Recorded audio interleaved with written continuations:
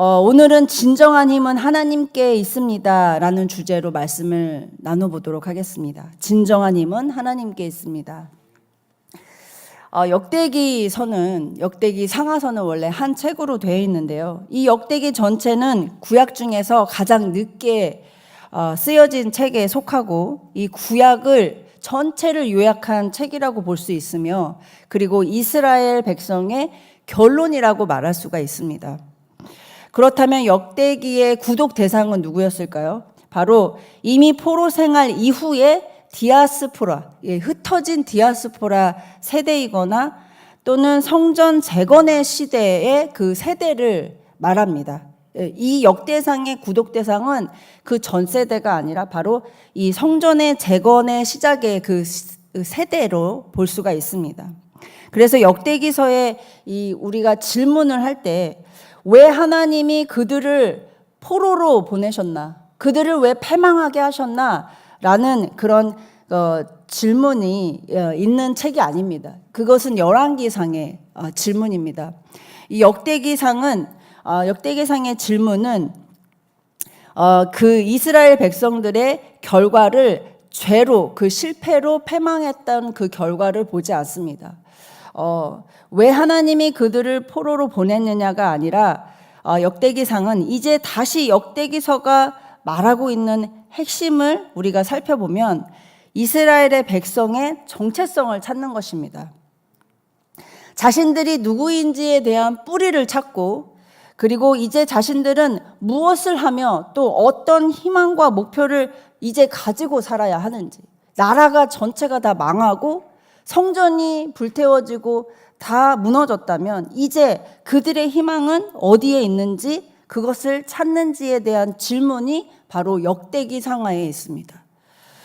역대기는 바로 이러한 질문들에 대한 답을 주기 위해서 쓰여졌는데요.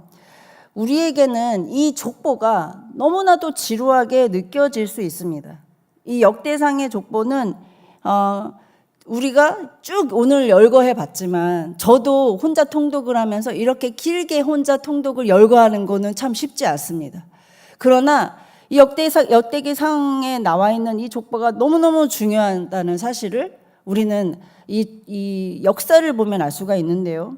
왜 너무나 중요하냐면 자신들이 누구인지에 대한 답을 주기 때문입니다. 그들의 정체성을 찾아가는 족보이기 때문입니다. 그리고 자신들이 무엇을 하며 살아가는지에 대한 답을 주기 때문입니다. 그래서 역대기를 이 세 가지 요소로 강조합니다. 첫 번째는 다윗과 다윗의 왕조, 두 번째는 제사장입니다. 세 번째는 성전입니다. 이 중요한 세 가지 요소가 역대기서에 들어있는데, 다윗과 다윗 왕조가 정말 중요한 이유가 무엇이냐면 다윗 왕조를 영원히 세우시겠다고 하나님께서 약속하신 그 다윗과의 언약 때문입니다. 그래서 역대기상은 이 다윗과의 언약으로 기반으로 말미암아 이 다윗 왕조를 강조하고 있습니다. 나라도 없는 상태였던 그 어떤 국적도 없는 그 국민들의 상태였던 이스라엘 백성들에게 이러한 하나님의 언약의 약속은 아마 유일한 희망이었을 것입니다. 그들이 붙들 수 있는 것은 바로 이 다윗 왕조에게 주신 이 하나님의 언약이었을 것입니다. 언젠가는 다윗의 후손인 다윗보다 더 위대한 왕이 오셔서 세울 그 영원한 나라를 그들이 염원했을 것입니다. 그렇기 때문에 이 역대기는 다윗 후손들인 이 유다의 왕조에 초점을 정확하게 두고 있습니다. 왜냐하면 예수 그리스도 메시아를 바라던 그들의 그 역사상의 소망이 있었기 때문입니다. 이 포로 시대 이후의 유대 공동체는 하나님과의 관계를 다시 회복하는 방향으로 나가야 했으며, 그러기 위해서는 이 성전 중심의 예배 공동체와 그 영적 공동체를 그들이 다시 재건하고 형성해야만 했습니다. 이를 위해서 중요한 역할을 할 자들이 바로 제사장들이었기 때문에 이 역대기서에서는 이들의 그 제사장들의 역할과 그리고 그들의 족보에 초점을 둔 것입니다. 즉 그들의 정체성을 찾기 위함입니다. 즉 역대기 저자는 나라와 민족이 다 망하고 포로가 되었을 때 어디에 초점을 두었나? 그것은 정치가 아닙니다. 경제가 아닙니다. 국민의 인권이 아닙니다. 바로 하나님입니다. 유다의 자손 메시아를 기다리던 그들의 소망, 그 하나님의 언약입니다. 점점 약해져가는 세상 속에서 우리나라와 민족과 한국교회가 바로 이러한 때입니다. 영적, 현실적 위기가 찾아온 오늘날입니다. 우리는 어디에 초점을 맞춰야 할까요? 정치일까요? 경제일까요? 사람들, 국민들의 인권일까요? 아닙니다. 바로 하나님입니다. 그렇다면 하나님은 어디에 초점을 지금 맞추고 계실까? 생각해 보면 바로 하나님은 지금 교회에 초점을 맞추고 계십니다. 하나님은 지금 교회를 주목하고 계십니다. 지금 한국교회가 한없이 약해 보이고 힘없어 보이지만 아닙니다. 교회의 주인이신 하나님은 그 어떤 존재보다 강하신 분입니다. 여러분, 진정한 힘은 하나님께 있는 줄 믿습니다. 그 교회 안에 생생히 살아계신 하나님께 있는 줄 믿습니다. 그래서 하나님께서는 교회를 집중하고 계시는 것입니다. 오늘 본문에 나오는 족보를 보면요, 대부분 다른 지파에 비해서 힘이 약했던 지파들이 쭉 열거되어 나오고 있습니다. 그런데 성경은 이 한없이 약하고 힘없는 지파들이 정말 놀랍게 쓰임받은 역사를 보여주고 있습니다. 그러나 반대로 강한 지파들이 전부 패망한 경우도 보여주고 있습니다. 그것을 우리가 이제 전부 다 살펴볼 수는 없고, 오늘 정말 많았잖아요, 족보들이. 우리 한 3가지 정도만 살펴보고 오늘 기도를 할 텐데요. 먼저 7장을 보면 7장 1절에서 11절을 보면요, 여기의 주제는 진정한 힘은 하나님께 있다라는 것을 우리가 좀 찾아낼 수 있습니다. 1절에서 5절에 보면은 이사갈 자손이 먼저 나오거든요. 이 이사갈 자손은 역대상 12장에서도 나오는데, 이 이사갈 자손은 시세를 알고 마땅히 행할 것을 아는 지혜로운 지도자들이 많았다고 나옵니다. 본문 5절만 우리 한번 읽어볼까요? 본문 5절 시작. 그의 형제 이사갈의 모든 종족은 다 용감한 장사라. 그 전체 수를 계수하면 8만 7천 명이었더라. 네. 여기 그냥 한 구절을 봐도 다른 지파에 비해서 인구수도 막강하게 많았고 뛰어난 이 리더십이 있었습니다. 다 용감한 장사였고 시세를 알고 엄청난 군사력을 갖춘 자손들이었습니다. 그리고 7절을 보면 베냐민 지파도 마찬가지 이 파워가 있습니다. 본문에 9절, 7절, 11절을 살펴보면요, 이 베냐민 지파가 나오는데 그들은 여기서도 이제 단어가 나옵니다. 큰 용사, 그리고 용감한 장사들의 우두머리들이 많았다, 이렇게 나옵니다. 그러나 이 두 민족은요, 이 나라가 멸망할 당시에 정말 비참하게 흩어져 가지고 무기력한 포로가 되고만 결과를 보여줍니다. 이 성경의 역사를 보면 하나님께 불순종한 결과입니다. 이 베냐민 지파와 바로 이 형제 이사갈 이 지파가 철저히 무너진 그 역사가 이 성경에 나와 있습니다. 특히 베냐민 지파는 이 사울의 왕가죠. 이 사울의 때에 정말 철저하게 패망하고 맙니다. 강한 용사였던 이 삼손도 있죠. 이 삼손도 하나님을 떠나면 모든 힘을 잃을 수밖에 없었던 것처럼 지금은 아무리 강한 자라 해도 여러분, 하나님이 없으면요, 언젠가는 힘이 없이 무너지게 되고 맙니다. 그렇다면 우리가 세상의 악하고 강한 권력과 힘 앞에 이 두려워하거나 근심할 필요가 없는 것입니다. 그렇게 해서는 안 되는 것입니다. 그들도 언젠가는 하나님 손에 패망하게 될 것이기 때문입니다. 그렇다면 우리가 지금 해야 할 일은 무엇일까요? 이 나라와 민족의 위기 가운데 우리가 정말 가져야 할 마음은 무엇일까요? 진짜 힘을 가진 하나님을 믿는 것이고 그 하나님이 세우신 교회를 건강하게 세우고 교회를 부흥시키는 것입니다. 왜냐하면 그 교회는 하나님의 소유이고 하나님의 힘이기 때문입니다. 반대로 생각하면 내가 좀 힘이 강하고 잘 나간다고 하나님 앞에 교만하면 안 됩니다. 내가 좀 강한 권력이 있다고 해서 하나님 앞에 교만하면 안 됩니다. 잠언 16장 18절은 교만은 패망의 선봉이요 거만한 마음은 넘어짐의 앞잡이라고 했습니다. 사람이 강하든 약하든 그 권력과 힘은 사람에게 있는 것이 아니라 진짜 힘은 하나님에게 있다는 것을 기억해야 할 줄 믿습니다. 이것을 베냐민 지파와 이사갈 지파를 보면 우리는 알 수가 있습니다. 이어서 7장 13절에서 40절에 쭉 족보를 보면 주제를 뽑아보면요, 바로 약한 자를 통해서 일하시는 하나님이라는 것을 알 수가 있습니다. 바로 므낫세 지파를 먼저 보면은 이 15절을 보게 되면 이 슬로브앗의 딸들이라고 나옵니다. 이 므낫세 자손 슬로브앗은 딸들만 낳았습니다. 아들이 없습니다. 아들이 끊긴 것을 저주로 여기던 그 시대에 슬로브앗의 딸들은 지혜롭게 행동을 했다고 나옵니다. 그래서 아버지의 기업을 지켜낸 그러한 공덕을 세웁니다. 우리 한번 민수기 27장 6, 7절을 한번 볼까요? 민수기 27장 6, 7절 읽겠습니다. 시작.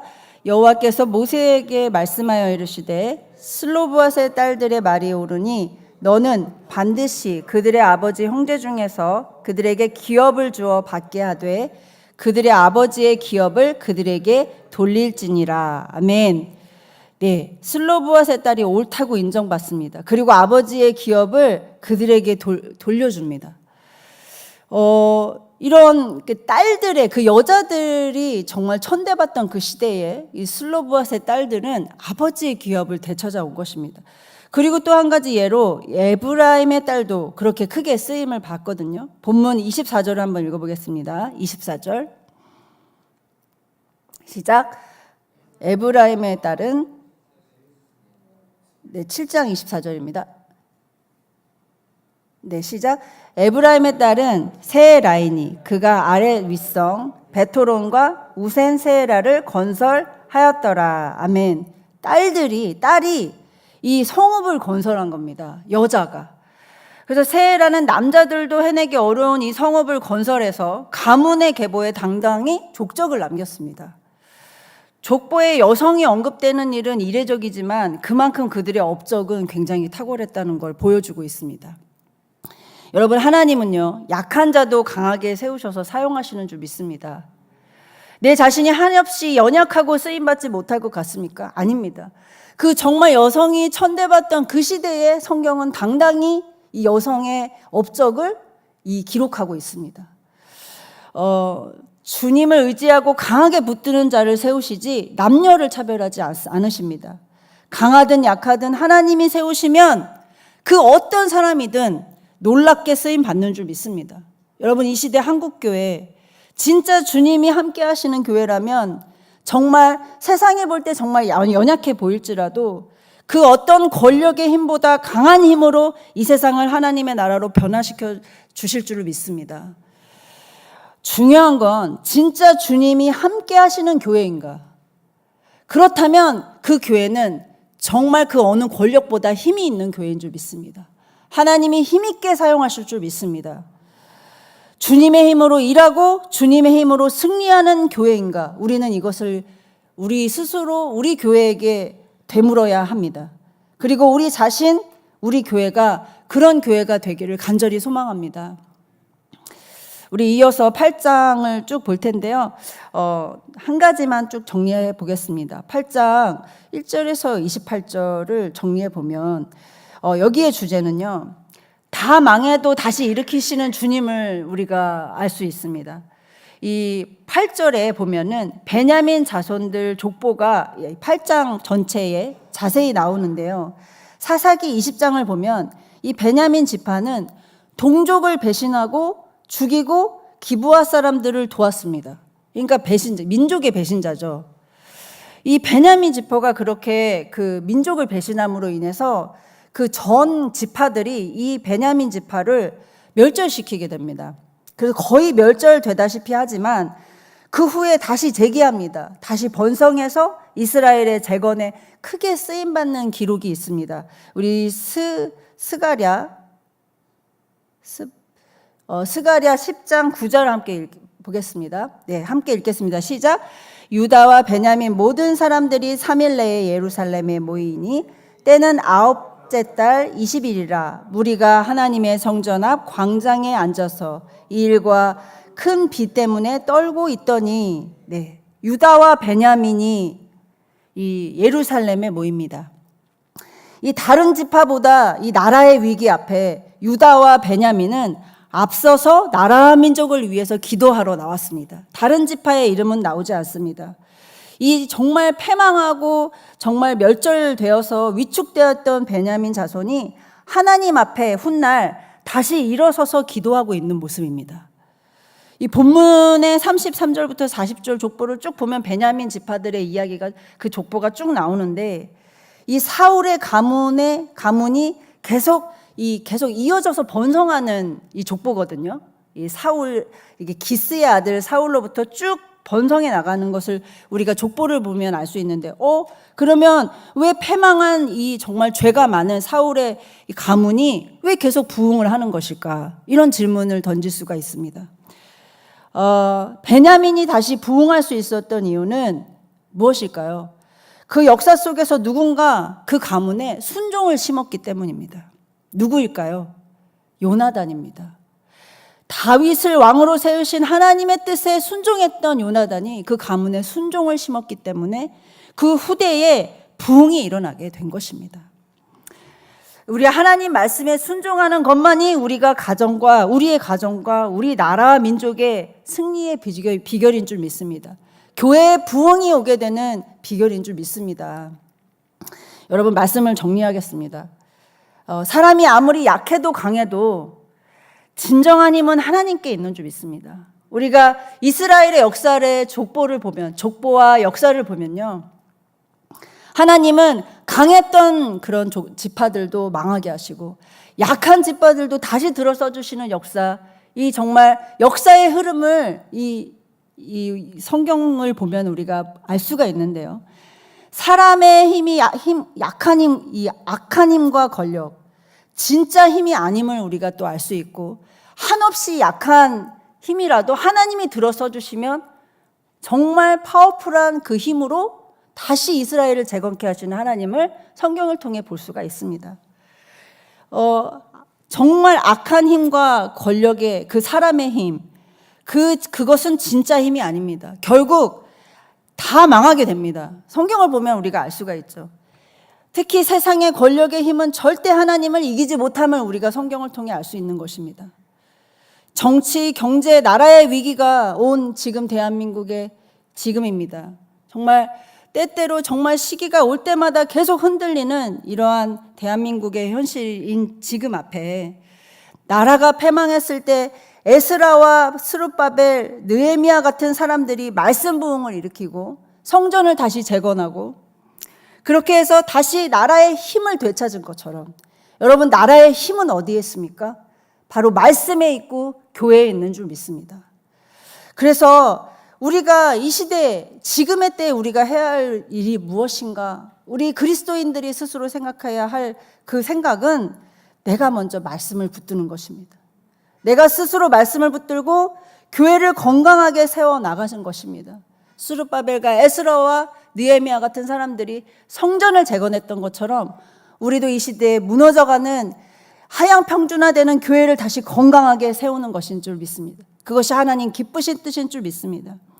청년과 다음 세대를 건강하게 세워야 합니다. 진짜 힘과 권력은 하나님께 있기 때문입니다. 우리가 그걸 믿고 순종했을 때 우리 자신뿐 아니라 대한민국의 복음한국, 통일한국, 선교한국에 승리를 주실 줄을 믿습니다. 네, 오늘의 초점은 위기의 나라 가운데서 우리가 바라봐야 할 것들이 무엇인가? 족보를 통해서 보여줬던 그 하나님 자녀의 정체성, 하나님이 주신 그 언약, 그것을 붙드는 것이며, 그리고 흔들거리는 그 나라 앞에 우리가 말씀을 붙들고 교회를 건강하게 세워가는 것입니다. 네, 기나긴 족보를 봤지만 그 안에서 정말 기쁘신 하나님의 뜻을 우리가 발견할 수 있는 줄 믿습니다. 우리 시티미션 교회가 그렇게 말씀의 부흥, 교회를 건강하게 세워가는 이 성도들의 성장의 부흥이 있게 되기를 예수님의 이름으로 축복하고 축원합니다.